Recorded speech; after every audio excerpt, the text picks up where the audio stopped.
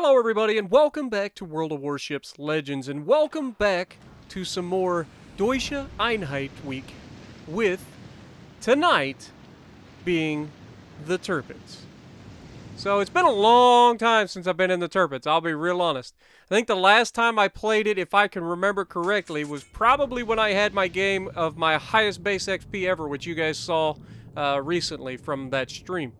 4,300 base XP in a battleship is insane. It's insane in anything, let alone a battleship. But tonight, we're back in the Tirpitz, and we're going to get out here and get into it. Now, right off the bat, it's domination. We're in the open waters, so we got to be a little bit careful here. We're going to go towards sea. You guys know I like to win my sides. And I promise you, this is going to be some classic Tirpitz going on here.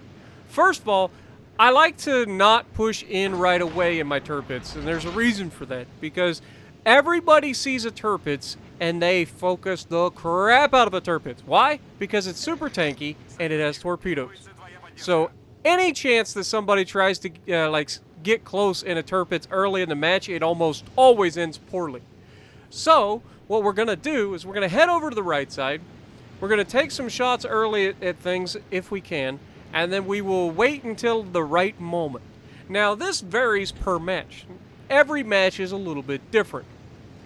But each match has a moment where there is just the perfect time to push in a Tirpitz, or Bismarck, or any other really tanky battleships. And I've gotten better at figuring that out. I'm still not great at it, don't get me wrong. I tend to get myself killed early in matches more often than not, just due to the fact that I like to be super aggressive. I don't like making videos of my ships where I sit back and snipe all day. It's just not a lot of fun. So instead, I like to push up and get into action. Now, a lot of times this ends horribly for me because I get focused down by everybody, and then of course some sneaky torpedo boat comes in and just torps the ever-living crap out of me. Now, we lose a few rounds on the island there, but we did get a shot off at the Iowa, and hopefully we'll get a decent salvo out of it. And we get one overpin for 1,100, so not preferable. Now, our destroyer is going to go out here and put himself in a bad area. He goes out there, sees the Z-23 starts firing, but immediately gets focused down by the Atlanta. Now, as soon as you see an Atlanta, you need to disengage and get the heck out. Now, obviously, he's probably radared, and this is where you need to be very aware of what you're doing and putting yourself in a position where you're wiggling, okay? Radar only lasts for 30 seconds. If you can't survive 30 seconds in a destroyer being shot at, then you've probably got to work on your destroyer play. I have been radared at 6 kilometers from people and still managed to live longer than this guy. Now, I'm not saying he's a bad player or anything like that. He had the best of intentions, and he didn't see the Atlanta till it was too late. But again, it comes down to knowing that once you get radared, you have 30 seconds to survive. Just dodge the best you can and try to stay alive. Problem was, he smoked up and then got radared and then got immediately focused down while he wasn't really getting anywhere. So that's the problem. You don't want to smoke up and sit anytime. We've already showed that in Hive Stream the other day. I actually got torpedoed in my Cabo, which was really embarrassing. I don't normally sit in my smoke screen for that reason. But, yeah, I sat in the smoke screen a little bit too long, was taking advantage of all those battleships, and the next thing I know, both a Fletcher and a Shima launched what can only be described as the most ridiculous wall of skill I've ever had come into a smoke screen. It was hilarious. If you haven't seen Hive Stream, definitely got to go back and watch that. It's on his channel. Go over there and watch his recent stream of me and him on Monday. Hilarious. It was a pretty hilarious moment, even though I was terrified and eventually ended up succumbing. It was great. It's definitely something you want to watch.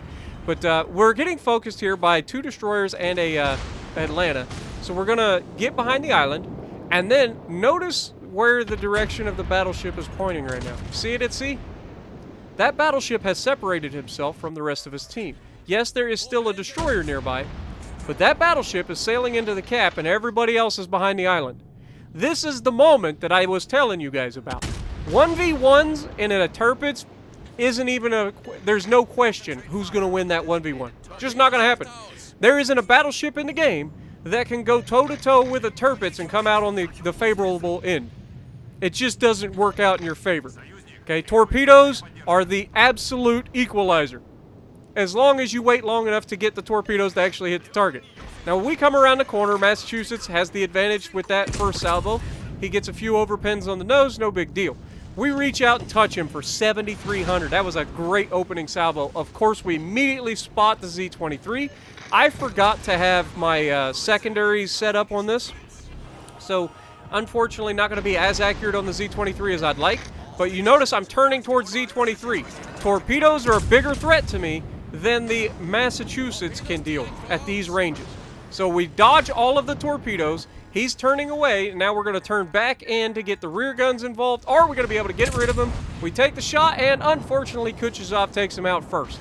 But he's dead. That's what matters. Now here, I was thinking about throwing the torps early, and then I was like, you know what? We probably shouldn't, but I do it anyway. We get the front guns back. We're going to go ahead and punch him in the mouth. He's way too close, way too broadside, and he's absolutely sailing into a death trap of torpedoes. And at this angle, he is doing nothing to me. But he has really good torp reduction, and he's still going to take all of our torpedoes. Well, 3 of our torpedoes. And unfortunately, I believe we lose our torp tube on that side. I could be wrong.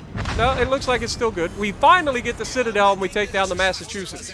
Now look at where everybody else is on their team. We know there's still an Asashio over here, and we're still detected, which means even though it could be the battleship behind us, we have to be wary of the fact that there is still a torp boat nearby, and I am detected.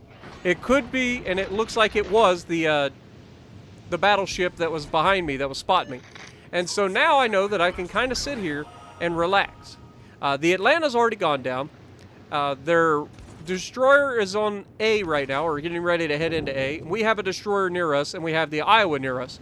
So all we need to do is finish these guys off. Now, I didn't realize that the destroyer was attacking the Iowa in the back at the moment. But, I mean, if you're going to isolate yourself, just like this Iowa had, you're going to isolate yourself, you're going to deserve what you get. And we have one intention, and that is to flank this Iowa and punch him in the mouth. We've done really well up to this point. It's been a quick battle. There's not a whole lot of damage for us to take in this one. But I feel like we showcased the ship really well, and especially in those timely pushes.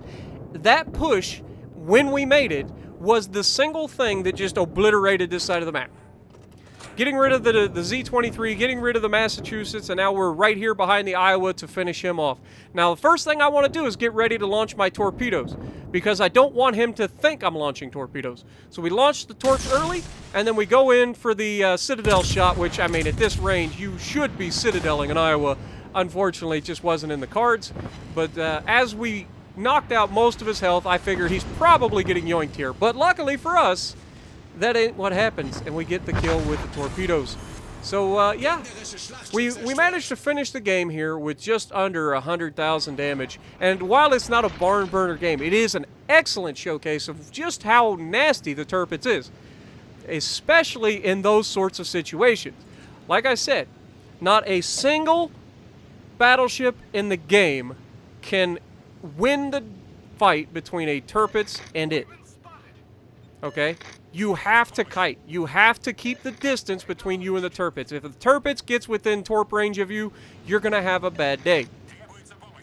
So that's why anytime you see a Tirpitz, or the Odin, or the Gneisenau, or the Scharnhorst, any of those battleships that have torpedoes, they are a unique threat that need to be dealt with swiftly.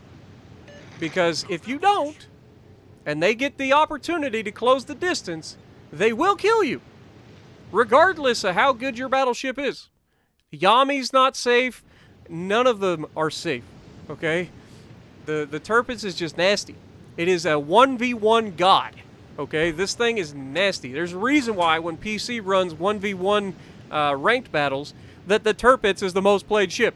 It is insanely good at 1v1s, especially when it's allowed to close the distance. And looking for those opportunities is where, oh, are we going to hit this guy? Come on, baby. across the map. It looks good. It looks real good. Go! No, he turned out at the last second. Darn it! Looked like we were going to catch him. That's a long bomb, baby. And that's the beauty of having Hyde as my commander. Being able to use dispersion build and have the extra heals is fantastic. Didn't have to use them in this battle, but 5 heals do come in handy. Really, really handy. But hopefully you guys enjoyed. And hopefully you guys are enjoying our Deutschen Einheit week. It's a lot of fun. I like doing all of these different full weeks. Now, obviously, with the update coming up, we may have to put off the theme weeks for a little bit. But the next theme week, by popular demand, is going to be the British invasion. So, yeah, it's gonna be fun. I don't know what I'm going to name it yet, but we're definitely going to be doing the British ships as our next theme week. And actually, I don't know if it'll be a theme week, because there aren't that many British top tiers. And for those people asking me about the Conqueror and wanting to see that during the British week, don't worry, I got you covered. Already got the video ready, just got to make it. I've already recorded a video for it. So, 98,000 damage, 4 torpedo hits, 2 kills, top of the leaderboard, 2,300 base XP. So if you like what I'm doing, punch the like button, leave a comment below, subscribe to the channel if you haven't already, and as always, I will see you in the next video.